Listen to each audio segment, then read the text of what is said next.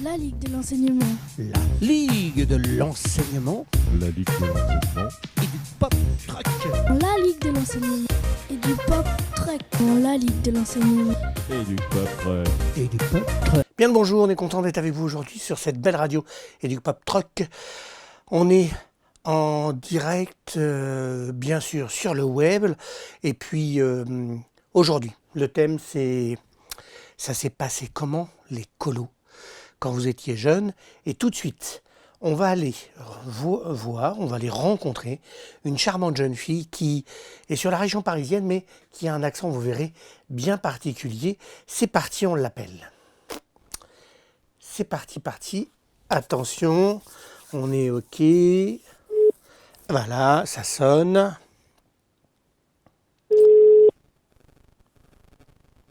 Allô. Bonjour Manuela, comment ça va ? Ça va, et toi?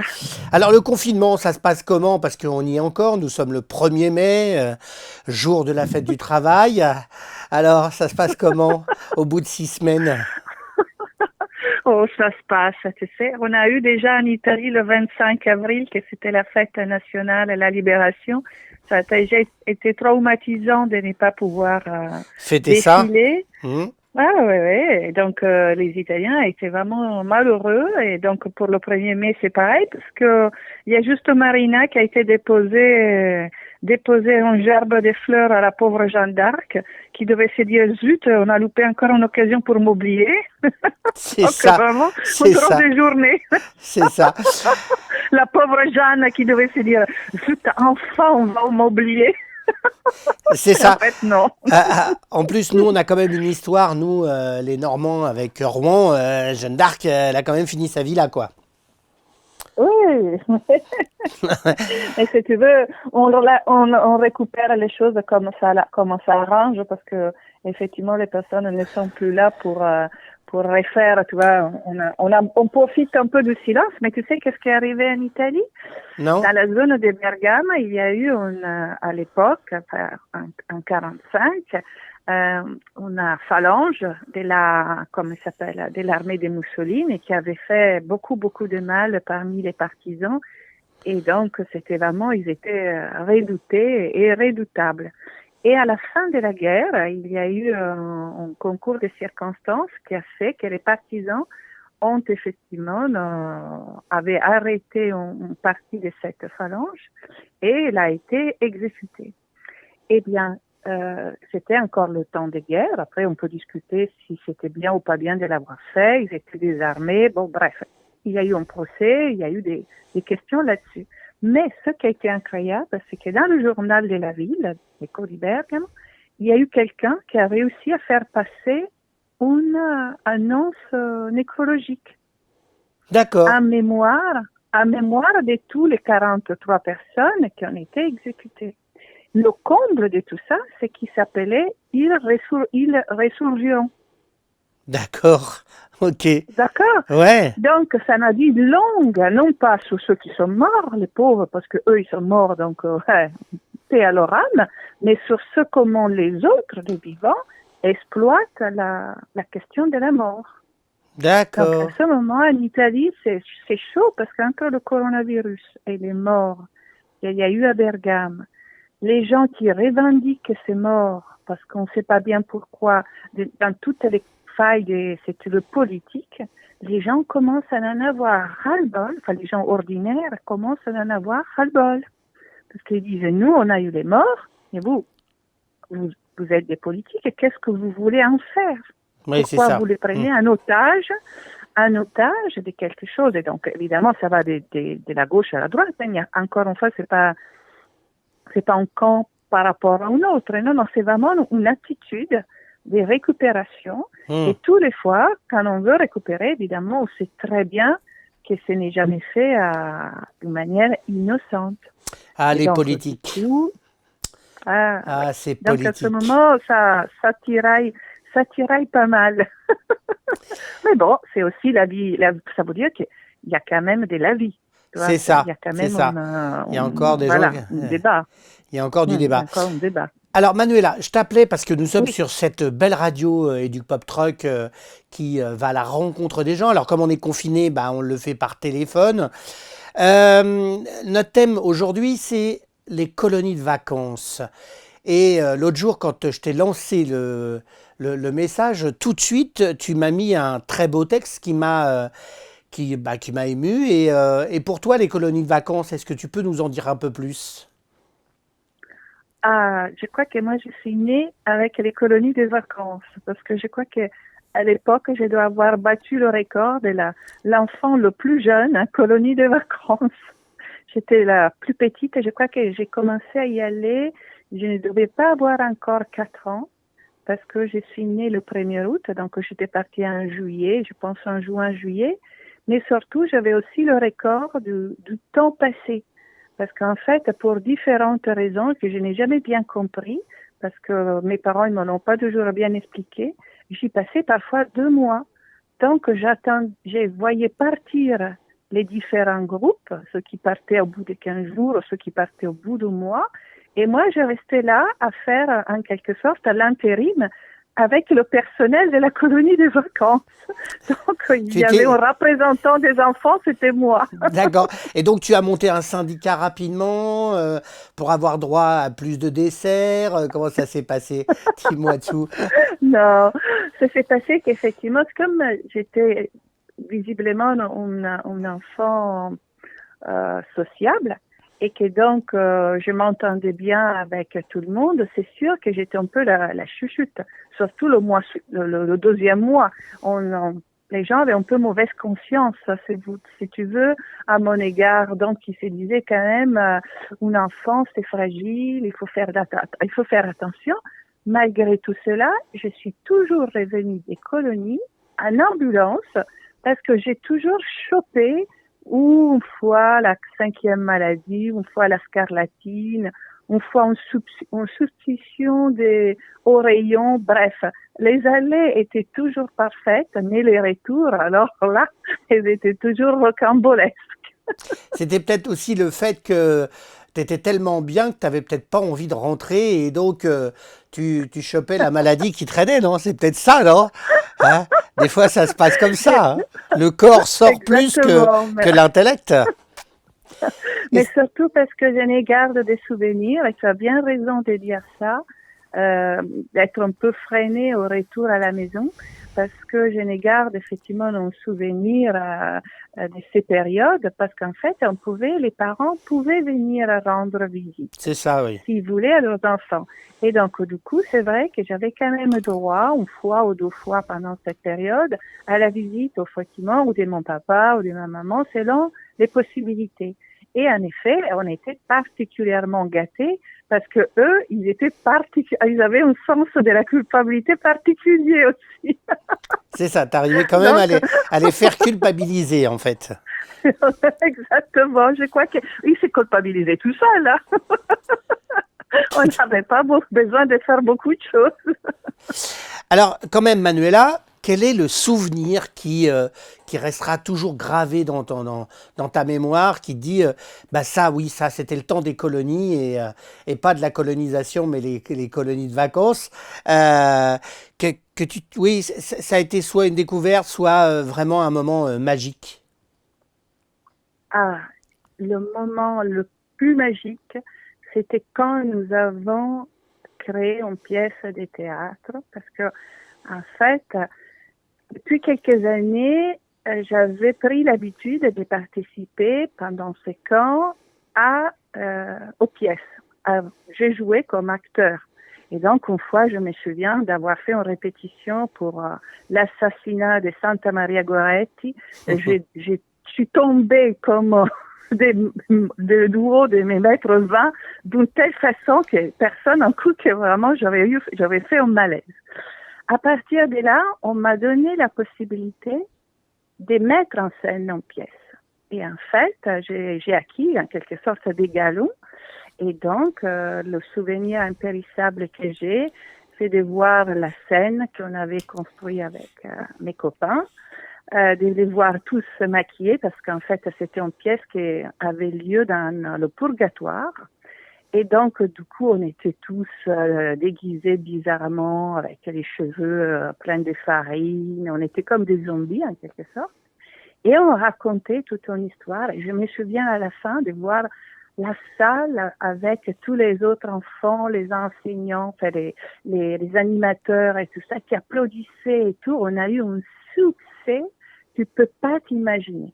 Au point que quand je suis rentrée, j'ai créé une petite compagnie avec mes copains de classe, des petits du quartier où j'habitais, et on a fait une mise en scène et on a joué Cosette de Victor Hugo dans une réduction, dans une mise en scène que j'avais écrite. Et en fait, ça, je crois que c'est la chose que je garderai pendant toute ma vie comme un souvenir vraiment impérissable. Et donc, en fait, déjà, dans le milieu artistique, déjà, tu avais les pieds dans l'histoire qui va te suivre toute ta vie, en fait. Oui, je crois qu'en fait, tous ces événements-là ont été des révélateurs de toutes les potentialités auxquelles j'aurais pu, disons, attendre. Si effectivement, encore une fois, comme les adultes avaient compris cette capacité que les enfants ont aussi à s'organiser, non seulement pour imiter les adultes, mais aussi pour en tirer des enseignements, c'est ce que moi j'ai retiré des colonies de vacances. C'est la confiance qu'ils nous avaient donnée. C'était la capacité à montrer de quoi on était capable. Et donc, évidemment, le faire ailleurs qu'en colonie de vacances, ça devenait quelque chose d'important. C'était avoir touché des mains, donc avoir fait l'expérience de la capacité qu'on avait tous à travailler ensemble, à se gérer, à être capable de faire un travail collectif, en même temps à dépasser les moments où on ne pouvait pas ne pas être d'accord et à trouver tous sa place. Et ça, moi, je l'ai appris en colonie de vacances. Et si tu avais un message à passer aux parents qui aujourd'hui font de plus en plus, gardent leurs enfants, partent en vacances avec ou évitent de les mettre en colo, ce serait quel conseil, quel mot tu leur dirais pour leur donner envie de passer le pas? Moi, je leur conseillerais toujours de faire comme j'ai fait avec mes enfants. Moi, j'ai passé peut-être beaucoup de vacances en colonie parce que mes parents n'en avaient pas forcément toujours le moyen de partir ensemble. Mais ils faisaient une chose qui était très bien, c'était de partir une semaine dans la famille de ma maman qui vivait à la campagne. Donc, moi, j'ai fait la même chose avec mes enfants. C'est-à-dire, le mois de juillet, c'était la colonie et donc des expériences personnelles avec, évidemment, des périodes peut-être plus courtes, hein. On a commencé avec une petite semaine, ensuite 15 jours. À la fin, mon fils m'a demandé s'il pouvait partir 3 semaines. Parce qu'il faisait du surf au Portugal, que ça lui plaisait beaucoup. En fait, c'est ça en quoi aussi les colonies de vacances ont beaucoup évolué. Il y a une grande offre culturelle, une grande offre sportive. En fait, les thématiques, la notion des thématiques est devenue extrêmement importante justement pour accompagner le développement et les goûts et les passions et la possibilité de les cultiver avec d'autres personnes qui ont la même passion, si on veut, ou alors de découvrir qu'en fait, c'est une passion qui est à moitié. Et ça, cette expérience de la vie collective, de toute façon, ça n'a pas de prix. Et après le mois d'août, s'ils veulent partir avec leurs parents, ils ont toujours le loisir de partir avec leurs parents. À la fin, les miens m'ont dit, maman, on préfère aller en colonie. Ah, d'accord, on comprend tout à fait. Manuela, je suis désolé, je vais être obligé de te faire un grand cadeau. Tu auras le droit de venir en colonie de vacances au Marais Vernier, au gîte de l'ânerie, pour fabriquer des jeux en bois, des balades avec les ânes et bien sûr partager des soirées de discussion toujours aussi passionnantes avec toi. Donc tu passes quand tu veux, hein, le déconfinement logiquement c'est le 12 mai, mais bon... Vu l'époque, je pense qu'il va y avoir un décalage horaire. Donc, on se fera plaisir, on se fera un grand plaisir de t'accueillir au gîte de l'ânerie et de passer un moment ensemble pour nous rappeler nos colonies de vacances. Et puis, bien sûr, peut-être qu'avec Educ Pop Truck, on t'emmènera sur les routes de l'Eure, du département de l'Eure, pour partager un moment avec les habitants du monde rural. Ça te va ? Ça me va très bien, surtout aux parents. Faites confiance à vos enfants et aux personnes qui s'en occupent. Merci beaucoup, Manuela. Je t'embrasse. C'est rien, je t'en prie. Gros Je bisous. te souhaite encore un bon confinement pour au moins une quinzaine de jours. Et puis, on se retrouve dès que c'est possible. À plus. Ok, à plus. Ciao, ciao. Ciao. Bisous. Bye. Ciao. Et ben voilà, vous ne connaissiez pas Manuela. Manuela, elle travaille au Centre culturel international Georges Pompidou à Paris. Nous nous sommes rencontrés sur un événement qui était magique. Et puis, on va continuer. Alors là, on va retourner en Normandie. On va retourner au Havre. Et on va rencontrer Karine pour savoir comment ça se passe, les colonies de vacances, quand on s'appelle Karine.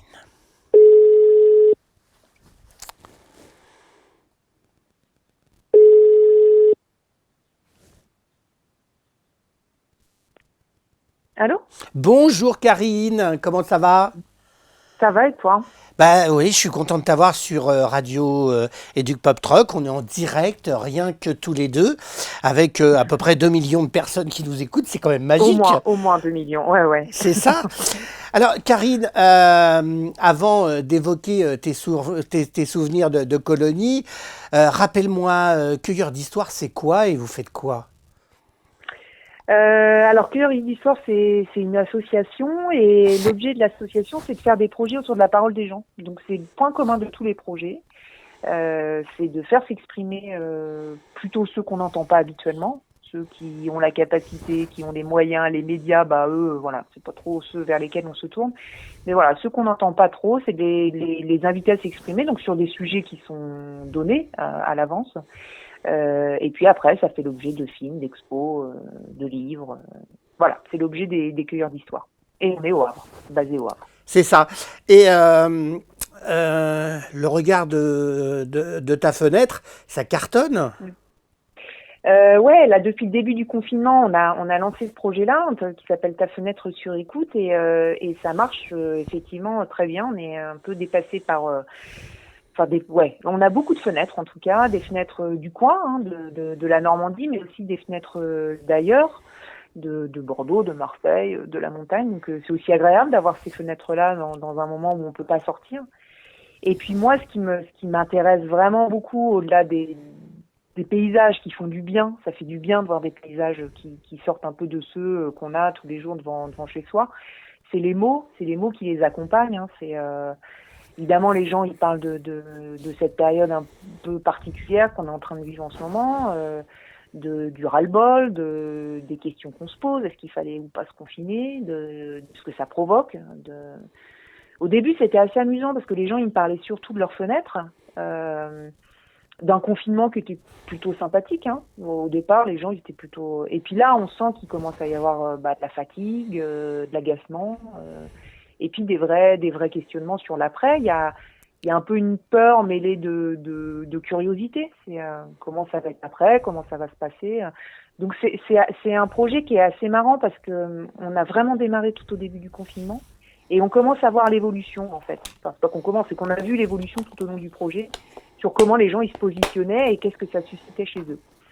Donc c'est chouette de faire comme ça un projet presque en temps réel finalement, parce que tous les jours, moi j'ai des gens qui me parlent de leurs fenêtres et de ce qu'ils y voient, de comment ils le ressentent. Voilà. C'est toi qui avais senti le confinement ou quoi? Ou tu avais commencé un peu avant, t'as senti le confinement ou c'est à cause de toi le Covid? Non, allez, dis-moi tout. Non, j'espère pas. J'espère pas que ce soit à cause de moi quand même. Je pense que tout le monde s'en serait bien passé. En même temps, moi, je suis vraiment très excitée de vivre ça. Évidemment que c'est long, évidemment que c'est flippant, mais je suis vraiment excitée de voir qu'est-ce que ça va donner tout ça. Enfin, comment les gens ils vont réagir avec ça et je le ressens dans ce que les gens me disent. Donc, ok, c'est hyper pénible, tout le monde s'en serait bien passé. En même temps, je me dis il y a peut-être besoin de choses comme ça aussi pour secouer un peu le cocotier, on va dire.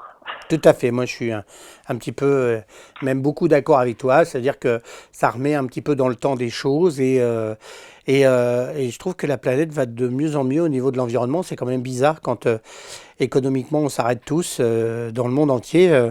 Les Chinois voient pour la première fois le ciel bleu, ce qui est quand même un peu bizarre que nos politiques ne se l'approprient pas pour mettre des vraies mesures environnementales. Je pense que les lobbying sont encore trop forts. Nous, on fait de l'éducation populaire, tu sais bien, on est auprès des gens aussi, comme tu le fais toi avec tes projets. Et puis nous, bah oui, des fois, les colonies, ils sont un petit peu maltraités par des mesures un peu drastiques au niveau de l'État ou des gouvernements successifs. Pour toi, là où les colonies, tu me disais que tu avais fait une colonie dans ta vie, c'était quoi et ça t'a apporté quoi cette colonie? Alors moi j'ai fait une colonie dans ma vie parce que je crois que j'étais très très accrochée à ma mère, donc j'avais un petit peu peur de la quitter. Donc j'ai fait une colonie quand j'étais en CM2, donc j'avais je sais pas 9 ans, 9-10 ans je pense, dans ces eaux-là. Et c'était une colonie musicale, donc c'était en Normandie, j'habitais déjà en Normandie à l'époque et je sais plus trop, je pense que c'était du côté de Rouen, mais là c'est un peu lointain. Et l'idée, en fait, c'était de proposer à des gamins qui étaient musiciens, voilà, dans la vie, de venir pratiquer pendant une quinzaine de jours leur instrument, mais avec d'autres gamins. Moi, je faisais de la guitare, et en fait, la guitare, c'est un instrument qui est, en tout cas moi, la pratique que j'en avais, qui était assez solitaire. C'était pas la guitare genre au coin du feu, c'était de la guitare classique. Donc j'avais une pratique solitaire. Et là, en fait, ce qui était chouette, c'est que je me retrouvais dans un groupe. Moi, en tant que guitariste, je faisais pas partie des petits orchestres. Il y a souvent ça dans les écoles de musique, le petit orchestre. Donc là, où il y a des cordes, enfin voilà, tous les instruments qui peuvent jouer les dans cuivres des et tout ça, mais la guitare en général, rarement. La guitare, voilà. Et là, je pouvais enfin jouer dans un groupe. Donc ça, c'était chouette parce que voilà, avoir le sentiment d'être avec d'autres gens et de participer à quelque chose de collectif, ça c'est plutôt intéressant. Les souvenirs que j'en ai, c'est aussi de partager ma chambre. J'étais fille unique, moi, jusqu'à 11 ans, j'étais fille unique. Et là, pour la première fois de ma vie, finalement, enfin, une des premières fois, je partageais ma chambre. Je me souviens, il y avait des lits superposés. J'adorais ça, moi, les lits superposés, parce qu'évidemment, dans la mienne de chambre, il n'y avait pas de lit superposé. Donc, j'avais négocié de pouvoir être en haut. Parce que c'est quand même ça l'intérêt d'un lit superposé, c'est d'être en haut. Si tu es en dessous, c'est vraiment pas intéressant. C'est vrai. J'ai ce souvenir-là de partager cette chambre avec 2 autres filles. Je vois leur visage, je me souviens pas de leur prénom, mais je vois leur visage.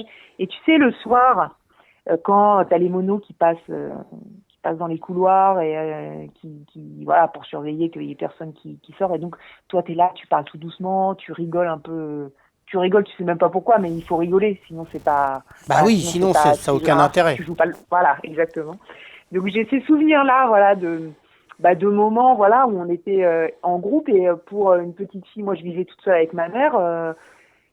Je pense qu'il y avait quelque chose de cet ordre-là, en même temps qui était un peu bizarre pour moi parce que j'avais pas l'habitude, et en même temps de vivre un truc collectif en fait.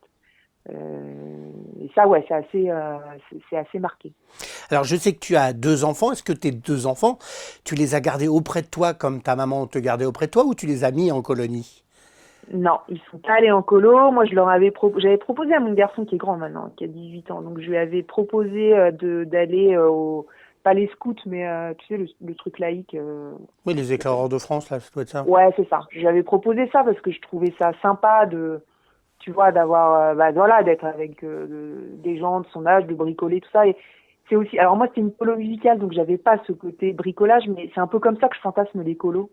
Tu sais, le fait de construire sa cabane. C'est des trucs que j'ai eu en centre aéré. En centre aéré, je me souviens d'avoir construit des cabanes, vraiment. On allait dans la forêt, on faisait des petites cabanes, on faisait des villages avec... Oui, non, mais c'est vrai que moi, je trouve que ces moments de collectif informels au départ deviennent, pendant 15 jours ou un mois, hein, suivant combien de temps tu restes, des moments où tu apprends à vivre en collectif. Ce ce qui est pas souvent le cas maintenant. Bah Et, non, c'est et, pas souvent le cas. Ouais. et puis surtout, tu montes des projets, tu fais des grands jeux, tu fais des lectures pour les autres. Je trouve que Éveillé, ouais, les veillées. éveillé, ça Et c'est puis après, génial. quand tu es ado, alors moi, je suis vraiment un enfant issu de la colonie et du centre aéré. Et c'est vrai que, oui, les veillées, le 5e repas quand tu es ado ou quand tu es, animateur, c'est quand même des Ouais, c'est ça. moments qui font que, ouais, dans ta vie, c'est plus pareil, quoi. Hum, hum. Et puis Enfin, moi, il y a des, tu vois, quand j'y pense, il y a des, par exemple, je me souviens d'avoir appris une chanson, tu sais, le soir, bah, au moment des veillées, donc je me souviens de Feu de camp, tu avais toujours où on était l'animateur, le bel autour, animateur avec sa guitare, voilà, qui c'est faisait ça, ses là, 3 il y avait les cheveux accords. longs, voilà, exactement.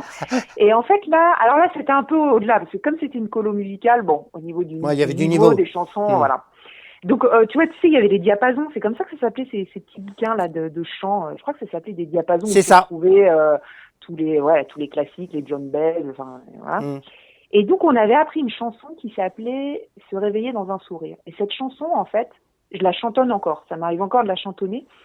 Je me souviens encore des paroles.